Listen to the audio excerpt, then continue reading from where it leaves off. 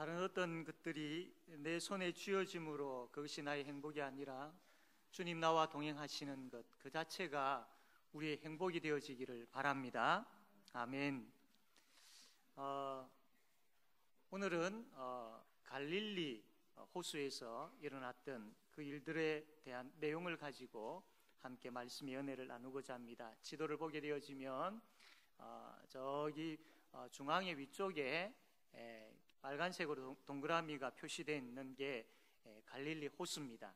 확대해서 오른쪽에 이제 되어 있는데, 지도를 다시 한번 보게 되어지면 지난주에는 그 갈릴리 호수에서 저 위쪽에, 조금 더 위쪽에 보면 어느 지역에서 예수님께서 하신 말씀인지 혹 기억나십니까? 브엘세바와 이스라엘 경계를 나눌 때에 브엘세바와 어디까지? 한 글자입니다. 단이죠.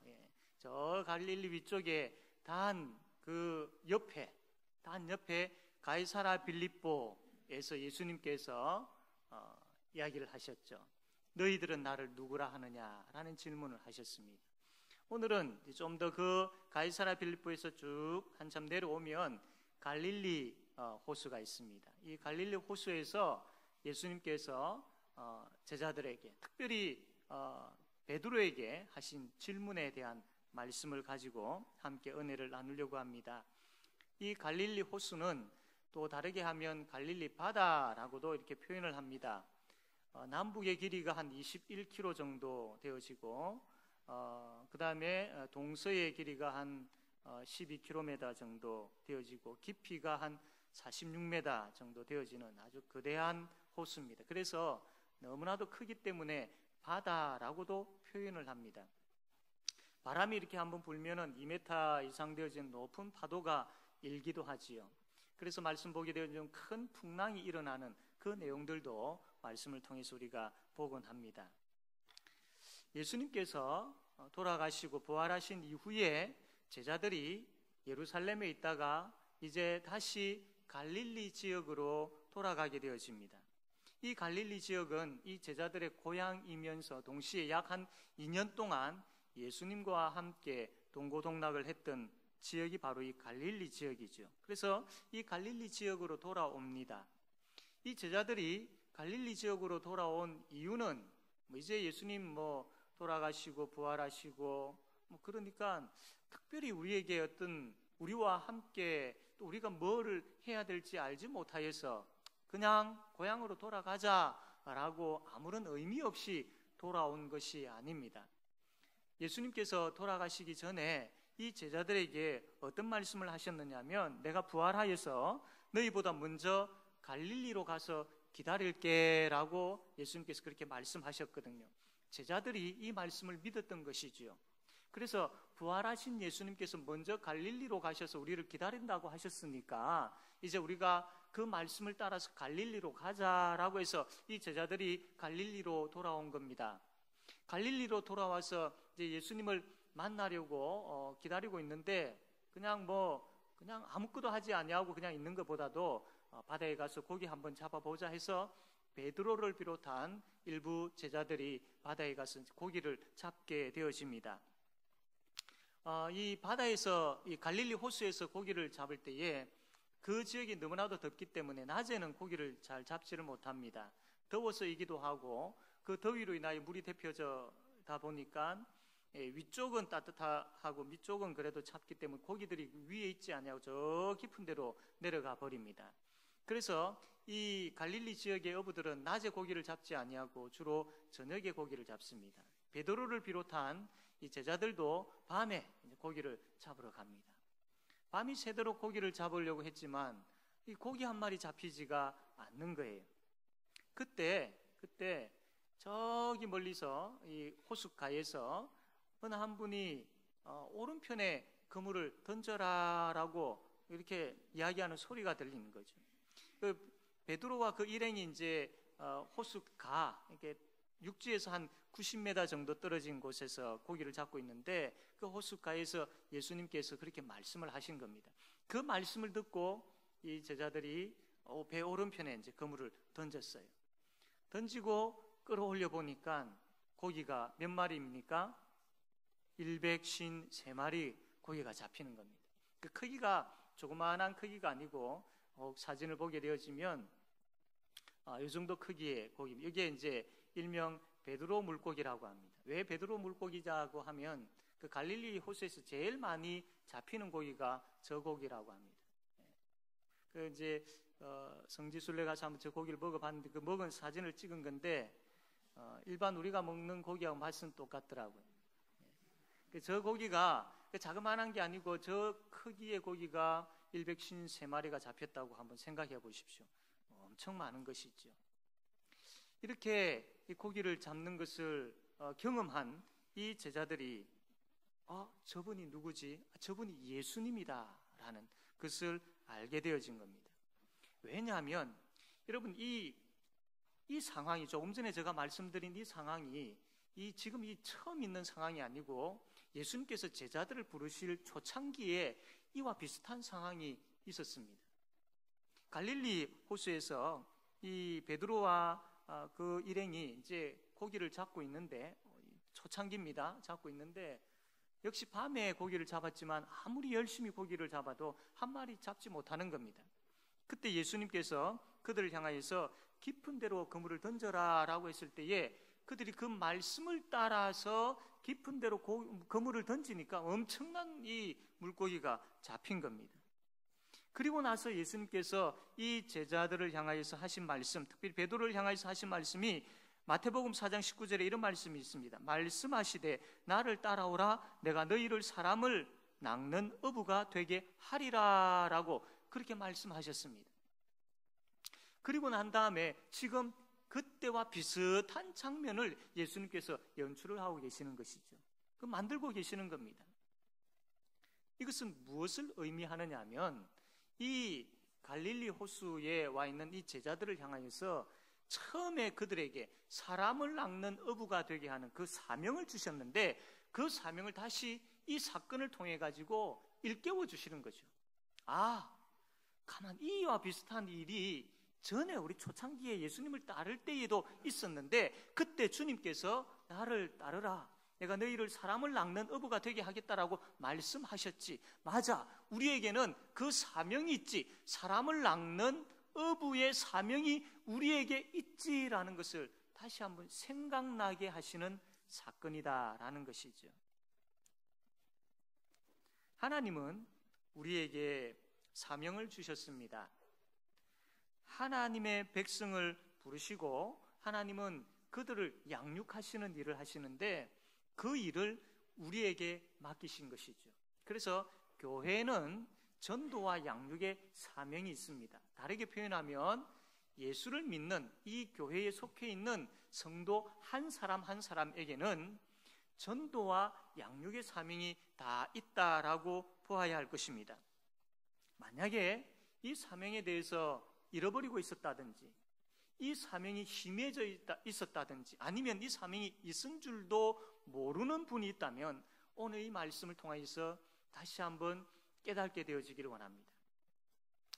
이 제자들에게 초창기에 있었던 그 사건을 다시 한번 주께서 일으키시는 것을 통하여서 그들에게 사명이 있다는 것을 말씀하고 가르치시는 것처럼 오늘 이 말씀으로 하여금 우리에게 듣게 하심으로 인하여서 이 말씀을 듣게 하심으로 인하여 우리에게도 이 사명이 있다는 것을 알게 하시는 겁니다.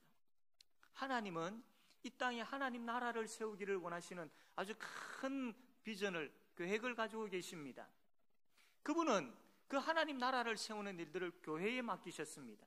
교회는 바로 이 일들에 있어서 최선을, 충성을 다해야 됩니다. 성도 한 사람 한 사람은 우리가 무엇을 먹으며 무엇을 입으며 무엇을 마실까에 대해서 염려하고 걱정할 것이 아니라 어떻게 하나님 나라를 세울 것인가, 어떻게 주의 복음이 증거되어지고 그 복음을 듣고 주께로 나오는 자들을 섬기며 양육할 것인가, 여기에 관심이 집중되어져야 됩니다.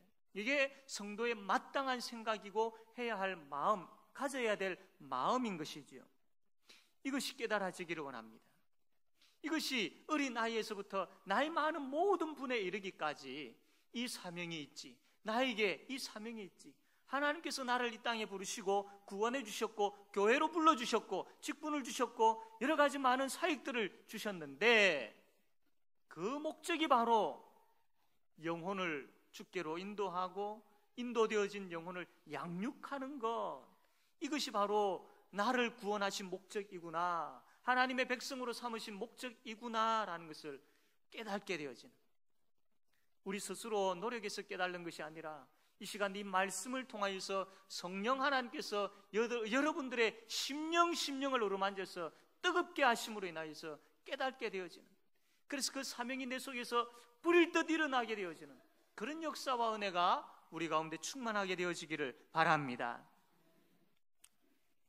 베드로를 비롯한 제자들이 이제 육지에 올라오게 되어집니다. 이제 예수님께서 말씀하셨고 베드로가 고기를 잡았던 그 호수, 이게 갈릴리 큰 호수 지역 중에 바로 이 지역에서 예수님께서 말씀하셨고 이 제자들이 이 지역으로 이제 고기를 잡고 들어오는 겁니다. 옆에 보면 예배당이 하나 있지요. 이 예배당 안에 들어가면 이렇게 바위가 강대상 앞에 이렇게 있습니다. 이 바위가 무슨 바위냐면 예수님께서 이 제자들이 이제 물고기를 잡고 올 때에 미리 예수님께서 이 바위 위에서 숯불을 피워놓고 떡과 고기를 구워 놓으셨던 겁니다. 그래서 이 제자들을 부르셔가지고 이 숯불을 쬐게 하시고 또 떡과 고기를 먹게 하시는 곳이 바로 이 장소입니다. 그래서 여기에 이제 그것을 기념하고 해서 이제 예배당을 세워 놓았는데, 이러한 예수님께서 제자들을 부르신, 고기를 잡고 오는 제자들을 부르셔서 그 숯불을 피운 그 장소에 부르신 이유가 뭐냐면, 먼저는 그 지역이 낮에는 덥지만 밤에는 춥습니다. 그 물 위에서 작업을 하다 보니까 또 더 춥겠지요. 그 추워서 떨고 있는, 특별히 저분이 예수님이다라는 이야기를 듣고 베드로가 옷을 입고 그 물에 뛰어들었지 않습니까? 그래서 물에 뛰어들어가지고 왔을 때 또 얼마나 춥겠습니까? 그래서 따뜻하게 하기 위해서이고, 또 밤새도록 고기를 잡다 보니까 먹지를 못했을 겁니다. 배가 고파 있는 이들에게 배를 채워주기 위해서 그렇게 예수님께서 부르신 것이죠. 그런데 이것만이 목적이 아니었습니다. 물론 이게 1차적인 목적이지만 그러나 더 중요한 목적이 있습니다. 이 중요한 목적이 뭐냐면, 베드로가 제일 먼저 예수님께로 달려왔습니다. 와서 보니까 예수님께서 숯불을 피워놓으신 거예요. 그 위에 떡과 고기를 올려놓고 숯불을 피워놨습니다. 그냥 이게 일반적인 것으로 보일 수 있습니다. 일반적인 사람에게는 일반적으로 보일 수 있습니다. 그러나 베드로에게는 아주 특별하게 보였습니다. 그 숯불이 베드로에게는 아주 특별하게 다가왔던 것이죠. 왜냐하면 오늘 우리가 요한복음 21장 말씀을 보는데 바로 앞에 어떤 일이 있었느냐 하면, 요한복음 18장 18절 말씀 보게 되어지면, 그때가 추운 고로 종과 아랫 사람들이 불을 피우고, 여기에 우리는 불로 되어 있는데 전에 성경에는 숯불이라고 되어 있습니다. 숯불을 피우고 서서 쬐니 베드로도 함께 서서 쬐더라. 이 무슨 상황이냐면, 예수님께서 로마 군인들에게 잡혀가셨습니다. 그때에 베드로가 멀찌감치 떨어져 가지고 추워서 이제 숯불을 쬐고 있는 것이죠. 그때에 저 사람도 예수님과 같은 일행이다라고 이야기하는 사람들이 있었지요. 거기에 대해서 예수님께서 아니요, 나는 저 사람 모르오라고 하면서 예수님을 부인했던 겁니다. 부인했던 그 장소가 어디냐면 바로 숯불이 있는 그 장소였던, 숯불을 쬐고 있었던 그 장소였던 것이죠. 그러니까 베드로에게 있어서 숯불은 참 가슴 아픈 그런 기억이 있는 곳입니다. 예수님께서 숯불을 피워놓고 있는 그 자리에 베드로가 왔을 때, 그 숯불을 보았을 때에 얼마 전에 그가 예수님을 부인했던, 배반했던 그 숯불의 장소가 생각났을 것입니다. 얼마나 가슴 아팠겠습니까? 얼마나 부끄러웠겠습니까? 어디에 숨고 싶었을 거죠. 마음이 너무나도 힘이 들었던 겁니다. 이뿐만 아닙니다. 이제 이들의 제자들에게 이제 식사를 준비를 해서 먹이십니다. 식사를 하고 난 다음에 예수님께서 오늘 우리가 본문에 읽었던 그 내용의 말씀을 가지고 베드로에게 하시죠. 질문을 합니다. 베드로야, 너가 나를 사랑하느냐? 라는 질문을 합니다. 그때 베드로가 그 질문을 듣고 예, 주님, 내가 주님을 사랑합니다 라고 대답을 하지요. 예수님께서 다시 한 번 더 질문합니다. 베드로야, 너가 나를 사랑하느냐? 내가 주님 사랑하는 줄 주님께서 아시지 않습니까? 동일하게 베드로가 대답을 하지요. 여기까지는 괜찮습니다. 예수님께서 강조하시기 위해서 예수님께서 이 베드로의 참 그 고백을 듣고 싶으셔서 한 번 더 듣고 싶으셔서 그렇게 생각할 수 있지요. 그 베드로가 그렇게 대답을 합니다. 그런데 예수님께서 세 번째 또 질문을 합니다. 베드로야, 너가 나를 사랑하느냐? 베드로가 이 세 번째 질문을 듣고 오늘 본문 말씀 보게 되어지면 근심했다라고 표현을 합니다. 근심했다. 여러분, 이 한글로는 근심했다라고 되어 있지만 좀 더 이제 원어적으로 들어가 보면 슬퍼했다라는 그런 의미가 있습니다. 베드로는 세 번째 예수님께서 하시는 질문을 듣고 난 다음에 마음에 슬픔이 찾아왔습니다. 아픔이 찾아왔다라는, 너무나도 힘들었다라는 겁니다. 왠줄 여러분 대충 아시겠지요? 베드로가 예수님을 몇 번 부인했습니까? 3번 부인했죠. 지금 여기에서 예수님께서 베드로에게 몇 번 질문하십니까? 3번 질문하십니다. 베드로가 그것을 알았던 것이죠. 그렇구나. 내가 예수님을 3번이나 부인했던 그런 배반자였구나. 내가 예수님을 3번이나 부인한 그런 참 죄인 중에 괴수지. 얼마나 마음 아팠겠습니까? 숯불을 보는 순간 베드로의 마음이 아팠으며 3번의 질문을 듣는 순간 베드로의 마음이 아팠던 것입니다. 그러한 아파하고 있는 베드로를 향하여서 예수님께서 뭐라고 이야기하십니까? 내 양을 먹이라 라고 말씀을 하시죠. 그런데 여러분, 3번씩이나 부인했던 베드로에게 숯불을 보여주시고 3번 질문하시면서 그가 과거에 예수님 배반을 했던 그 내용들을 기억하게 하시는 주님, 그렇다면 그 다음에는 왜 너가 그렇게 했느냐? 아니, 너가 전에는 다른 사람들은 다 주님을 부인하고 떠난다 할지라도 나는 결코 주님을 떠나지 않겠습니다라고 호언장담하지 않았느냐? 그렇게 말씀하시면서 호통을 치실 수도 있으시지요. 그러나 주님 그렇게 하지 아니하시고 내 양을 먹이라, 이 말씀을 다 하십니다. 내 양을 먹이라. 과거에 참 예수님을 배반했지만 이제 예수님께서 맡기시는 이 예수님의 양들은 배반해서는 안 돼. 이 내가 너희에게 맡기는 이 양들, 이 성도들은 끝까지 사랑하면서 돌볼 줄 알아야 돼 라고 가르치고 계시는 것이죠. 이것은 또 다르게 표현을 하면 예수님께서는 이미 베드로를 용서하셨다라는 것과 변함없는 사랑으로 지금도 베드로를 사랑하고 계신다라는 것을 보여주고 있는 것입니다. 이 예수님의 사랑을 깨달았던 베드로가 변화되기 시작하죠. 주의 말씀에 최선을 다해서 충성하는 자로 바뀌어져 가고 있는 베드로의 모습을 보게 됩니다. 사랑하는 성도 여러분, 우리 자신들을 한번 살펴봅시다. 하나님 앞에서의 우리 모습들을 한번 살펴봅시다. 영적인 부분들에 있어서 정말 하나님 앞에서 진지하게 내 모습을 한번 살펴봅시다. 때로는 실패하고 때로는 쓰러져 있고 혹은 내가 이러지 말아야지라고 하면서 이것은 아니야 라고 하지만 여전히 반복해서 죄 가운데 있는 그런 모습들은 아닙니까? 일요일 성도라고 하지요. 주일은 나와서 예배드리지만 6일 동안은 예수 믿지 않는 사람처럼, 저 사람이 교회 다니는지 안 다니는지 알지 못하는 사람처럼 그렇게 살고 있지는 않은지 우리 자신을 한번 살펴보아야 할 것입니다.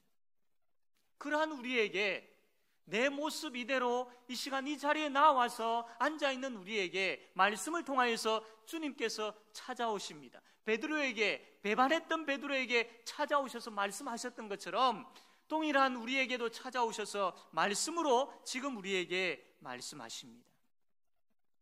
그럼에도 불구하고 너희들의 현재의 모습이 그럼에도 불구하고 지난 일주일 가운데 너희들이 내 앞에서 그렇게 살았음에도 불구하고 그럼에도 불구하고 나의 사랑은, 너희를 향한 사랑은 변함이 없단다.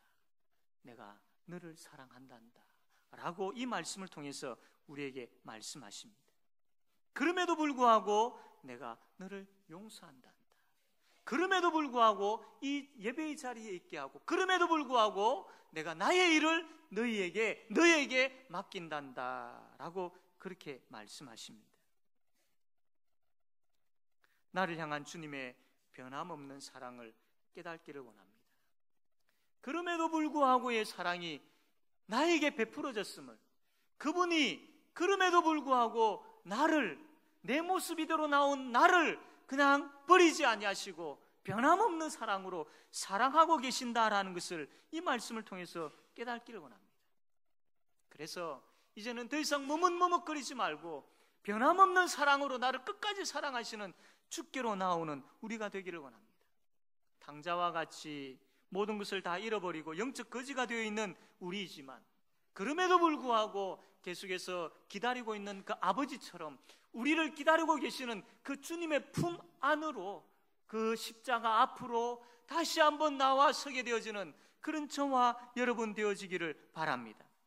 도저히 하나님 앞에 나아갈 자신도 없고 하나님 앞에 나아갈 기력도 없는 우리의 인생이지만, 그러나 더 이상 방황하지 말고 주님께로 나옵시다. 주께서 여러분에게 말씀하십니다. 내가 너를 사랑한단다. 그 사랑을 통하여서 힘을 얻읍시다.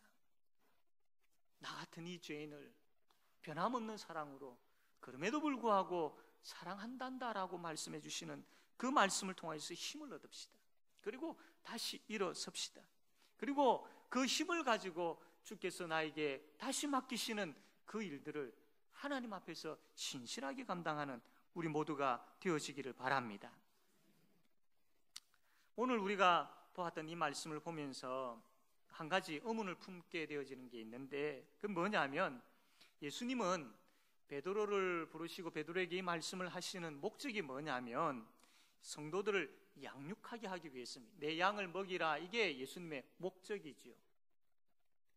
이 앞으로 맡게 되어질 그 성도들을 정말로 잘 섬기고 잘 양육하게 하는 것, 이게 예수님의 마음이고 베드로를 향한 예수님의 목적입니다. 그렇다면 예수님께서 베드로에게 질문을 하시면 이 질문을 하셔야지요. 내가 나를 사랑하느냐라는 질문보다 베드로야, 너가 이 양들을 사랑하느냐라는 질문을 하셔야 맞지 않습니까? 베드로가 내가 이 양들을 사랑합니다. 그래? 그러면 이 양들을 먹여라. 이렇게 되어지요. 베드로가 양들을 사랑합니다라는 고백을 하게 되어질 때 예수님께서 베드로가 이 양들을 사랑하구나. 그럼 내가 맡길 수 있겠다. 일반적으로 이런 생각 가질 수 있지 않습니까? 그런데 우리의 생각과는 전혀 다르게 예수님께서 베드로야, 너가 나를 사랑하느냐라는 질문을 먼저 하십니다. 나를 사랑하느냐. 왜 예수님께서 양들을 사랑하느냐라는 질문보다도 그 질문을 하지 아니하시고 나를 사랑하느냐라고 질문을 하실까요? 여러분, 그래서 너무나도 중요한 의미가 있습니다. 예수님을 사랑하지 않고서는 양들을 사랑할 수 없기 때문입니다. 이게 오늘 우리에게 말씀하시는 진리입니다. 예수님을 사랑하지 아니하는 자는 양들을 사랑할 수가 없습니다. 예수님을 사랑하지 아니하고서는 하나님께서 나에게 맡기신 그 사역을 사랑할 수 없습니다. 예수님을 사랑하지 아니하고서는 성도들을 사랑할 수 없습니다. 예수님을 사랑하지 아니하고서는 우리가 다른 어떤 것도 사랑할 수가 없습니다. 내가 사람의 방언과 천사의 말을 할지라도 사랑이 없으면 소리나는 구리와 울리는 꽹과리가 되고, 내가 예언하는 능력이 있어 모든 비밀과 모든 지식을 알고 또 산을 옮길 만한 모든 믿음이 있을지라도 사랑이 없으면 내게 아무것도 아니요, 내가 내게 있는 모든 것으로 구제하고 또 내 몸을 불사르게 내어줄지라도 사랑이 없으면 내게 아무 유익이 없다라고 말씀했습니다. 하나님 나라의 일은, 주의 몸된 교회의 일은 사랑입니다. 사랑이 기초가 되어야 되고 사랑으로 행해야 되고 사랑의 열매가 맺어져야 된다라는 겁니다. 이러한 사랑이 어디서 나오느냐? 주의 몸된 교회를 사랑하고 성도를 사랑하고 맡겨진 영혼들을 사랑하고 그 사랑이 어디서 나오느냐? 주님 사랑할 때 이 사랑이 나오는 겁니다. 주님 사랑하지 아니하면 고린도전서 13장에서 이야기하고 있는 이 사랑이 나에게 생길 수가 없습니다. 주님 사랑하는 자만이 이 사랑을 할 수가 있는 것이죠. 그래서 예수님께서 너가 나를 사랑하느냐라는 질문을 먼저 하신 겁니다. 베드로가 내가 주님을 사랑합니다라는 고백을 했지요.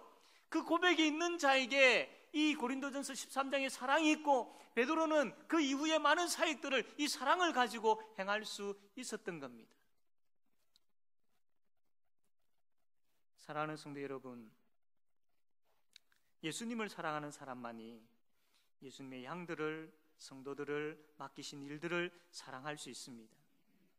예수님을 사랑하는 사람만이 그 영혼들을 또 맡기신 일들에 있어서 진실할 수가 있습니다. 그래서 예수님은 양들을 사랑하는 것보다도 먼저 예수님을 사랑한지를 물으신 것이죠. 물론 여러분, 예수님 사랑하지 아니하고 양육할 수도 있고 주의 일들을 감당할 수 있습니다. 그러나 여러분, 그 사랑이 없다면 껍데기죠, 껍데기. 사랑이 없다면 형식만, 모양만 있는 것입니다. 우리의 사랑과 양육과 우리의 섬김과 봉사, 거기에 주님을 사랑하는 그 마음이 없다면 껍데기에 불과하다라는 겁니다. 그래서 다른 어떤 무엇보다도 내가 주님을 사랑하고 있는지 그렇지 않는지가 정말로 중요합니다. 여러분, 오늘 이 말씀을 듣는 이 시점에서 우리가 한번 생각해야 됩니다. 주께서 우리에게 직분을 주셨고 또 많은 사역들을 주셨습니다. 이 일들을 우리가 잘 감당하고 있고 또 2018년 시작하면서 여기까지 왔습니다. 앞으로도 이 하반기 일들이 남아 있습니다. 이때에 다시 한번 우리가 한번 점검해 보아야 할 것은 내가 주님을 사랑하고 있는지입니다. 내가 주님 사랑하기 때문에 여기까지 달려왔는지, 내가 주님 사랑하기 때문에 이 자리에 있는지, 내가 주님 사랑하기 때문에 주께서 맡기신 그 현장에 있는지, 내가 주님 사랑하는 그 마음을 가지고 아이들 앞에 서 있는지, 내가 주님 사랑하는 그 마음을 가지고 새가족들에게, 내가 주님 사랑하는 그 마음을 가지고 구역원들 앞에 내가 주님 사랑하는 그 마음을 가지고 섬김과 봉사의 그 자리에 있는지를 말입니다. 너가 나를 사랑하느냐? 너가 나를 사랑하느냐? 여러분, 이 질문을 심각하게 받아들이셔야 됩니다. 너가 나를 사랑하느냐? 너무나도 많이 들었던 말이기 때문에 그냥 흘려버려서는 되지 않는 말씀입니다. 진리의 말씀입니다. 앞으로의 사역에 있어서, 앞으로의 삶에 있어서, 하나님 앞에서 우리의 삶에 있어서 너무나도 중요한 것이기 때문에 이 시간, 이 질문 앞에 우리가 깨어서 들으셔야 됩니다. 너가 나를 사랑하느냐? 너가 나를 사랑하느냐? 사랑하는 성도 여러분, 내가 주님을 사랑하는 줄 주께서 아십니다. 이것이 우리의 대답이 되기를 원합니다. 혹 이 대답에 머뭇머뭇거린다든지, 내가 주님을 사랑하고 있는지 아닌지 내 마음에 감동이 없다든지, 내 마음에 기쁨이 없다든지, 그렇다면 우리의 가슴을 찢으면서 아파해야 됩니다. 하나님 앞에서 울어야 됩니다. 그냥 그럭저럭 주님 사랑하는 마음이 없이도 지금까지 살아왔는데 앞으로도 살 수 있겠지? 아닙니다. 결코 아닙니다. 주님 사랑하는 마음이 없고 주님 사랑하는 마음이 느껴지지 않는 것에 대해서 아파하면서 주님 사랑하고 싶습니다. 주님 정말로 사랑하고 싶습니다.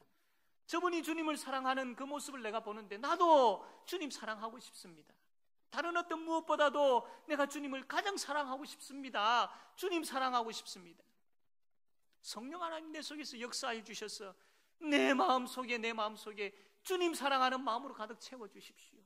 다른 것 무엇보다도 주님 사랑하고 싶습니다. 내 마음에 그 마음이 없습니다. 내 속에 하나님 그 감동이 없습니다. 하나님 이렇게 살고 싶지 않습니다. 주님 사랑하면 살고 싶습니다. 주님 사랑하고 싶습니다. 이것이 우리가 하나님 앞에 나와서 부르짖는 기도 제목이 되어야 되고, 이거 부르짖으면서 의에 줄이고 목마른 심령으로 주님 앞에 나아가게 되어질 때 성령 하나님께서 역사해 주실 줄로 믿습니다. 베드로가 내가 주님을 사랑하는 줄 주께서 아시나이다라고 고백했던 것처럼 동일한 고백 우리가 하게 되어질 줄로 믿습니다. 그럴 때에, 그 고백이 있을 때에 우리에게 힘이 생깁니다. 그 고백이 있을 때에 맡겨진 사역과 우리가 만나게 되어지는 영혼들을 향하여서 진심 어린 마음이 생기게 되어지고 사랑하는 마음이 생기게 되어지고 그 주어진 일이 기쁨으로 감당하게 되어질 수 있다라는 겁니다. 주님 사랑하는 마음이 없으면 그 일들에 있어서 비전도 보이지 아니하고 의욕도 생기지 아니하고 주님 사랑하는 마음이 없으면 하기 싫지요. 여러분, 그런 마음 혹 있다라면 점검하셔야 됩니다. 나에게 주님 사랑하는 마음이 있는지. 주님 사랑하는 마음. 모든 것의 시작은 주님 사랑하는 것에서 시작되어야 됩니다. 사랑하는 성도 여러분, 이제 말씀을 맺겠습니다. 우리가 섬기고 봉사하는 그 일에 의미가 있고 가치가 있고 우리가 우리에게 맡겨진 그 영혼들을 참 잘 섬기는 그 일들을 정말로 진심으로 감당하기 위해서는 주님 사랑하는 마음, 그 마음을 통하여서 힘을 얻고 그 힘을 가지고 할 수 있어야 되는 것입니다. 이 한 주간 여러분 살아갈 때에 이 두 가지를 꼭 기억하십시오. 먼저는 주님께서 나를 얼마나 사랑하셨는지, 그럼에도 불구하고의 사랑으로 나를 사랑하고 계신다라는 거, 이거 기억하십시오. 이거 기억하고 늘 묵상하고 늘 이것을 깨달아 할 때에 일주일의 삶이 힘이 납니다. 기쁨이 생깁니다. 감사가 넘치고 찬양이 절로 나오게 되어질 줄로 믿습니다. 그것 일주일의 삶 가운데 경험하십시오. 이게 행복이요, 이게 하늘의 큰 기쁨입니다. 그리고 또 한 가지, 주님 사랑합니다라고 고백하십시오. 그게 잘 되어지지 아니하면 주님 사랑하고 싶습니다, 나도 주님 사랑한다라고 고백하고 싶습니다, 그 마음 주십시오라고 하나님 앞에 매달리십시오. 주께서 역사해 주실 줄로 믿습니다. 정말로 진심으로 기쁨으로 찬양하며 눈물로 두 손 들으며 주님 사랑합니다라고 고백하는 그런 저와 여러분이 되어질 줄로 믿습니다. 이 두 가지를 기억하시고 이 한 주간 살아갈 때에 하늘에 놀라우신 큰 은혜가 넘치며 그것으로 인하여서 이 땅에서 얻을 수 없는 하늘의 그 기쁨과 평강과 행복을 누리며 살아가는 주의 백성들 다 되어지기를 바랍니다. 아멘.